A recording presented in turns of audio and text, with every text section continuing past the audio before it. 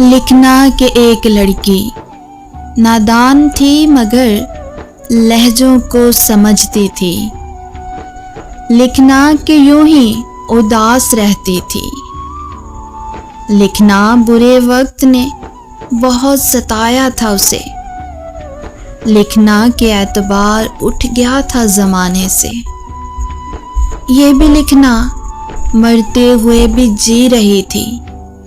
और लिखना कि वो अक्सर बेजार रहती थी।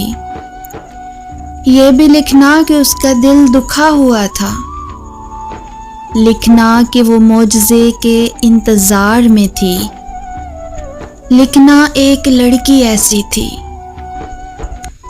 लिखना एक लड़की ऐसी थी जो हमेशा इस खुशफहमी में रहती थी कि उसे कोई चाहता है।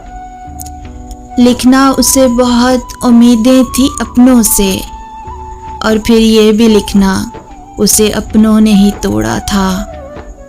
लिखना कि खाली हाथ थी मगर बहुत कुछ करना चाहती थी।